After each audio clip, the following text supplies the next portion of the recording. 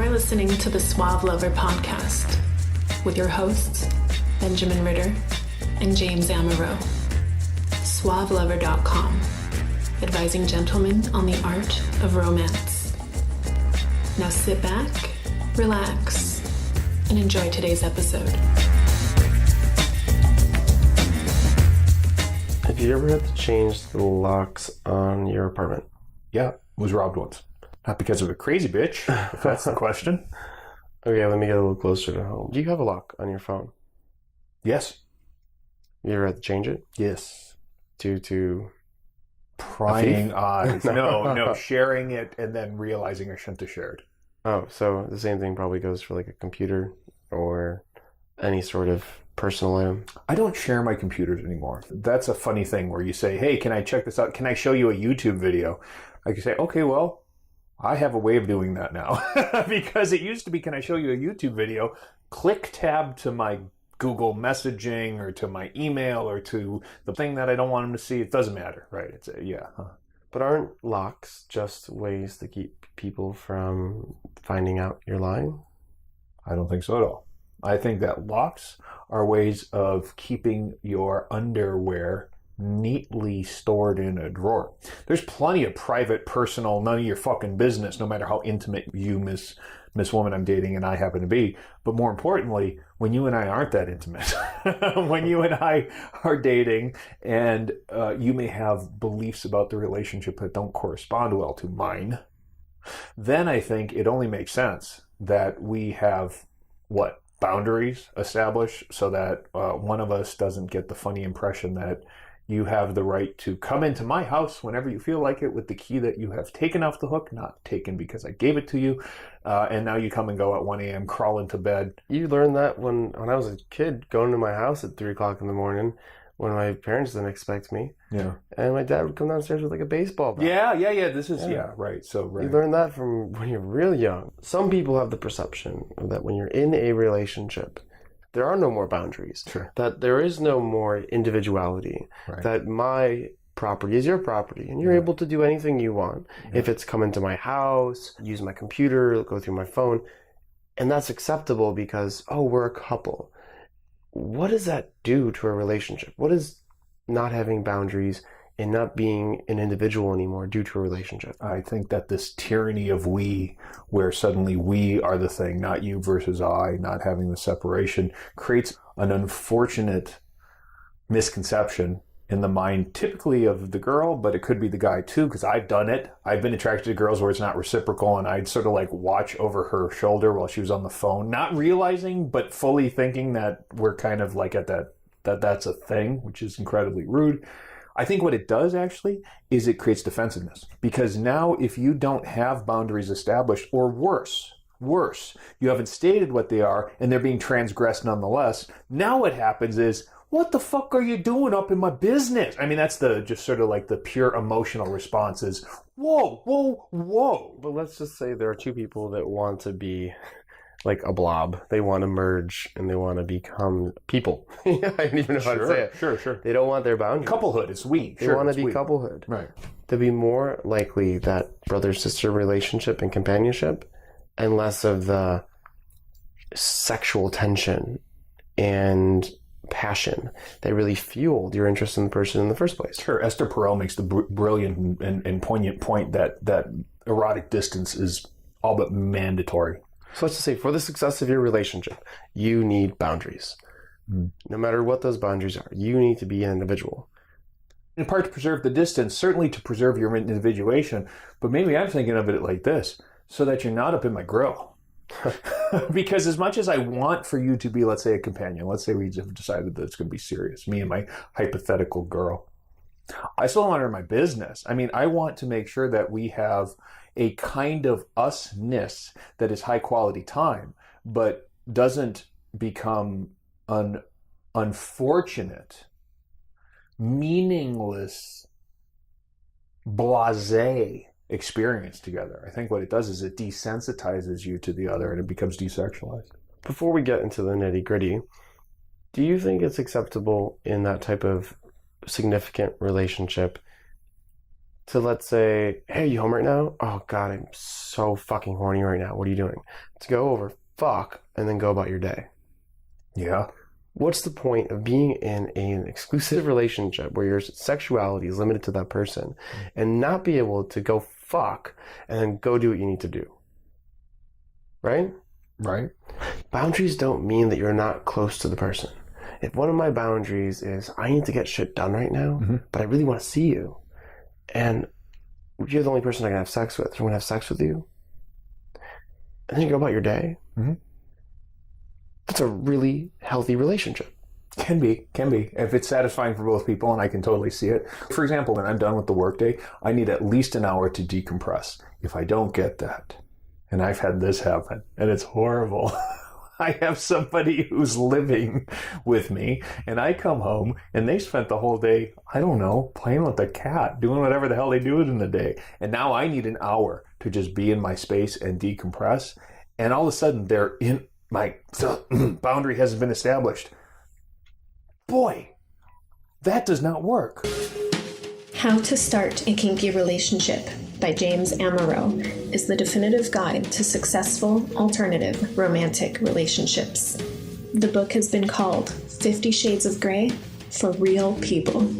Educational, informative, and irreverent, this book has something to offer anyone who is curious and sexually adventurous. Get your copy of How to Start a Kinky Relationship by James Amaro at Amazon.com or in select bookstores today. It brings up expectations, it brings up personal space. When you come home, there's the expectation that you need this time to unwind. This is who you are. Right? So that's an expectation for the relationship, as well as maybe they shouldn't be here when you come home. Maybe that should be an expectation. Yeah, well, in the case that you're not living with somebody, if they're sort of just hanging out with you, let's say, even if it's a serious kind of hanging out with you, if they're around too much, suddenly their toothbrush does show up in the medicine cabinet where it doesn't belong, or maybe going in the medicine cabinet in the first fucking place. Maybe they're always spending the night. Always spending the night. So expectations happen just because, well, this person acted a certain way in previous relationships, and they expect to act that way with you. Yeah. So you have to communicate your expectations and your boundaries at the start of a relationship. Be a really good idea. And what if that person does not have the same expectations?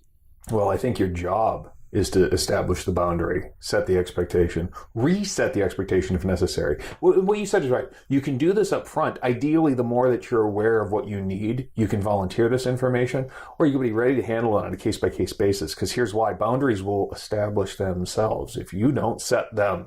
Because the two of you, mutually, in any kind of relationship, are establishing patterns, precedents, case study. So if all of a sudden she's got the keys to the apartment because one time, she was going to be there after some kind of event and you decided to let her in. Suddenly, if nobody says otherwise, she may feel entitled to have those keys. She'll take them off the hook whenever she leaves. And it may hurt when you say, I really need those keys back. Or you can't come over unless you call me. Why? Why do you gotta have me call it? Why? I should just be able to drop in. Right, because there's that monitoring, that suspicion. Sure. She'll get over it. Right. Really. You need to set your expectations for you to be happy in the relationship. Right. In the long run, this will be better for your relationship. Right. If that means having a lock on your computer, having a separate login, highly suggested. That's what I do on my laptop and my desktop. I have a thing where if you want to get on the web, log into the account called, not surprisingly, web. Bitch. And just right, exactly. And you can go in that way. You don't need to be on my computer in my accounts. You don't need to ever look inside my closets. I just assume you don't open my cupboards. If you need a drink, I'm happy to bring it to you. There's a certain kind of don't go prying. I know it's innocent. I know you were just looking for a snack because you were hungry. But when you start doing that, that's a little weird. I mean, that's my stuff. Well, do you live there? Do you pay rent? Do you buy the food? You really are a guest in someone's house, no matter how long you are in a relationship with them. That's right. You're not a roommate. You're not even a family member. Right. And even family members. My family members have more respect for my house. It's just a separate story, not even relationships, but perfect boundary. Yeah. Example, my sister had her car parked in front of like a family dinner event or whatever, but the windows are open. Yeah. My dad came inside. Your windows are open. It's fine, Dad. What happens an hour later when we leave? The windows are closed. My sister was furious that my dad decided to take it upon himself to close her windows. Oh. And there are so many examples like this from relationships, right? Oh, where do you move my bag? Or did you just go through my medicine cabinet? Yeah. Why did you move my shirt? You know, even the littlest things, my shit, don't fucking touch it. Yeah. Really don't. Even if you're trying to be nice, the only thing you can do is when you wake up is make the fucking bed. Right. I mean, now... Because that shows respect for my stuff. Sure. Now it's the computer and the phone are the primary points of personal information. Don't go through them. Because it is, I think, even more prying Don't than go going through through them. someone's medicine cabinet. Don't go through them. Don't look over their shoulder. Yeah. Don't let someone look over your shoulder. And right. And just to not tempt fate, guys, put locks on all this stuff. Mm-hmm. Don't have to explain it or justify it. Don't you trust me? It's nothing to do with that. And clear your messages every now and then. Doesn't matter, right? It doesn't matter whether or not I trust you. We're not the kind of people who freely commingle our messages. You don't need to read my emails. You don't need to see what messages. Put your phone on silent when you're sleeping. And if someone calls her or someone calls you, the best thing in the world to do is not fucking care who it is. Mm-hmm. And if they question you who it is, say it was a friend, you don't have to get specific. Certain details can be left out because if you start putting them in, they become expectations. Sure. And you want the person to be as secure as possible. It's either telling them everything or telling them nothing. Yeah. And you have to make a choice which one that's going to be. Yeah. The 3 previous times when the phone rang, it was easy. You could show them. Now the 4th time when it's an ex or somebody like that, all you're going to do is just fire off all the weird insecurities. Don't bother to tempt fate. So pick your boundaries unless you have a really, really secure partner. I still have a friend that doesn't have locks on anything because they don't want to give anyone the expectation that they're in a serious relationship. Sure. So they will get phone calls from their people. They will get text messages and not flinch when the person's looking at their phone. They say, if they want to look through my shit, fine. I don't care. Mm-hmm. Is that a smart idea, James? Depends. This person, probably being a free agent, doesn't care if the person flipping through the phone feels anything.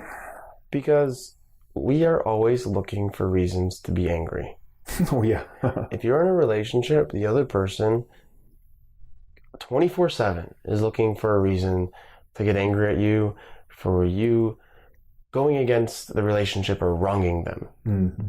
And this is why you take precautions, because you want to avoid those situations. You want to avoid the resentment.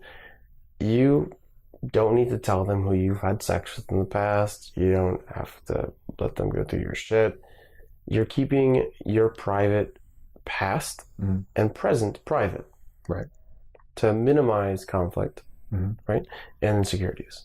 It's actually really straightforward. If you're the kind of person who's an open book, and I mean, if you're going to ask me, I'll answer your questions.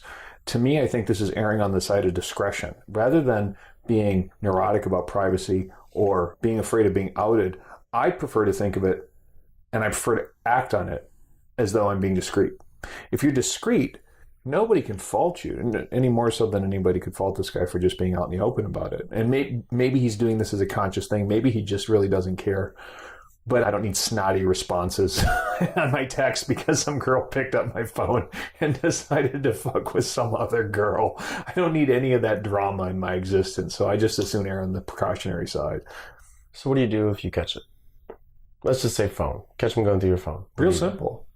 First time, I assume it's an honest mistake. Don't do it again. The second time, I'm a little weirded out by the fact that you're doing it after I established the first time that's not acceptable. And by the third time, I just assume that you're learning disabled. I assume that after telling you at that point, no, you're out. You don't get, 3 strikes. I think it's actually reasonable to say that. It's not a deal breaker the first time. But if I'm trying to set an expectation, establish a boundary, and you keep testing, keep pushing. You fail to understand the significance of that. Now my job is to communicate the significance of it, isn't it? That's completely unacceptable. I won't stand for that. If you do it again, I'll tell you one more time, because 3 strikes. But the third time, I'm not going to tell you again. Here's how we're going to make sure that that's true. You're not a welcome invited guest anymore. I see how that can work. I also see how you can still end up seeing the person, but kind of retracting your investment in them. Oh, great, you're learning disabled. Great, you're insecure. Great, you don't listen to me. Well, I'm going to take from you what I want. You certainly can do that. I think there's plenty of girls out there to replace this one who's learning disabled with. No, but I see in relationships this kind of resentment that builds up. Yes. And when you do stuff like this, when you push boundaries, yeah, that resentment basically makes the other partner less invested, and it just breaks the relationship apart, where you have a person who's not caring anymore. The Essentials by Benjamin Ritter is your concise manual for life improvement and success with women. The Essentials has been called a straight-to-the-point lesson in the lost art of being a man. Packed with insights, this book will transform the way you think about dating and relationships. Get your copy of The Essentials by Benjamin Ritter at Amazon.com or in select bookstores today. If you're giving advice to the instigator, the person who's doing this, then maybe the advice is you might want to stop that before you wind up destroying all the trust and the credibility. But if you're doing this to the person who's receiving it, the person who's got stuff going through, I'm saying don't stand for it. I'm saying don't stand for it. Finding yourself disinvesting is unfortunate, but it's also pretty passive. I'm not saying be aggressive. I'm saying be assertive. Don't stand for it. Make it clear that you don't stand for it. And if the person keeps doing it, call them to the fucking mat, man. That's not acceptable. What's your idea of punishment? Ignoring for a week, not talking for a week, not talking for a couple of days, or kicking them to the curb, cutting them out? 3 strikes. That's it. They're done. Yeah. Okay. I think it's really hard to say that to someone. Not that I have an advocate for snooping or anything like that. Sure. But in this day and age, with the access, you know what I mean? Like everything at your fingertips. Yeah. Where if your phone rings, I can look at it and there's a picture on it. Do you think that girls would be more forgiving of a guy snooping than a guy would be forgiving of a girl snooping? I think it's probably weirdly asymmetric. I almost think that girls, while they'd probably be a little angry and creeped out, would also have no choice but to encode it as, well, he's invested. He's trying to, he wants to protect me. He wants to possess me. I think that they might find that, I think they might get mixed feelings about that. I think for a guy, the snooping feels more like a violation than it does sort of a romantic gesture. Unfortunately, it's a perverted romantic gesture, but you know what I mean. You think that comes from being territorial? Yeah. Because I'm very possessive of my personal space. If I'm not in the mood, don't fuck with me. Don't touch my shit. Don't look at what I'm reading. Don't look at what I'm writing. Don't look at what I'm eating. And that goes with the relationship where when I want you around, you're going to be around. Sure. And I'm going to give you my full attention. And I'm going to be with you completely. Right. But when I don't want you around, do not force yourself to be around. Right. And guys, you need to set this boundary, because if you don't put up with the hissy fit or the tantrums, they're going to get away with it. And you're going to be unhappy in your relationship. Yeah. And you are you are going to gradually disinvest. You're going to find yourself looking for something else, and you're probably not going to be able to quite put your finger on what it is. You'll be confused. You'll be, I don't know, something just isn't working. But it's not that something isn't working. It's real clear. You failed to establish boundaries. She's testing your boundaries. It's pissing you off, and you don't want to deal with it. So you're actually passive-aggressively letting this thing sort itself out, which I think is really unfortunate. I don't believe in passive. I don't believe in aggressive. I believe in assertive. And when you're assertive, you'll get a little tantrum, like a 2-year-old. Yeah. And then you've set your boundary. Yeah. What is someone supposed to do when you try to force them in a way to do something? Which is, you're forcing them to change their expectations. Yeah, well, they don't gotta like it. They're going to fight. Yeah, They're going to fight back. They're not going to give in. Sure. The normal human response is to be defensive. Sure. Deal with it. Wait it out. Be strong. Oh. Set your boundary. Build a moat. Right. Hire a couple dragons. Have a feast. Have a bunch of prostitutes. Be happy. It's a little abstract because, like, the case varies a lot, right? It's like if it's a pet peeve, someone's, I don't know, checking your mail to see where it comes from. Someone gets on your computer because you forgot to lock the control screen, and those kinds of things are possibly going to happen. I think that you have to assert, not in terms of punishment, not in terms of anger. I think you have to assert, this is not behavior that I will tolerate. Now, the first thing I do is give you the benefit of the doubt. I assume you didn't know that, but now I'm telling you. Next time you're going to do it knowingly. The time after that, you're going to do it maliciously, and then we're done. then I think it's really simple. You communicate that, or just start ignoring that? Yeah. Pretty much just, hey, sorry, too much. Yeah, it's unacceptable. It's unacceptable behavior. And often what will happen is, and not to be mean about it, but if you do know what you can handle, this is one of those things that isn't negotiable. I mean, if someone wants to negotiate it, that's fine. If somebody says, hey, I believe that we should be free and open about our information, all that other kind of stuff, and you've negotiated that, fair enough. But when somebody is simply violating your will, and it's bothering you that they're violating your will, what you don't want to do is react to it. You don't want to be mean or punitive. You need to understand that you are now dealing with a human will that has decided to confront your human will. That's a shitty situation for any human to find themselves in. Either you being the person who's being violated or you being the person who's initiating. Both of those are shitty situations to be in. If you don't have sort of the mutual respect for the wills of the two people who are involved, I don't want you to do this, please. I see. Well, I'll stop doing that. That seems like a very grown-up thing to do, right? But if that's not what's happening, you're dealing with, I think, an incredibly dysfunctional, disrespectful situation. Now what I would say is, decide how much that you can take. I can't take much of that. And boundaries are very hard to compromise. That's the whole point. There's not much middle ground. That's the whole point of it being a sort of a deal breaker. As we would say in the kink community, this is a hard limit. Is that transmit, motherfucker? It's a hard limit. There's no safe word. That's right. We ain't playing games no more. And when that happens, and that won't happen all that often, like I say, there's a few things that are that kind of thing. Don't walk into my house unannounced. Don't go rifling through my digital information. Or for that matter, if you crack open my personal journal, you have violated the intimate space that I use to keep my thoughts. This is where I put all the demon thoughts, right? Don't go in that shit. If you poke holes in my condoms. Well, that I understand. You just want a little baby to keep me around. And you got a whole new boundary to deal with. You have been listening to the Suave Lover podcast. Visit suavelover.com to become the kind of man that women crave.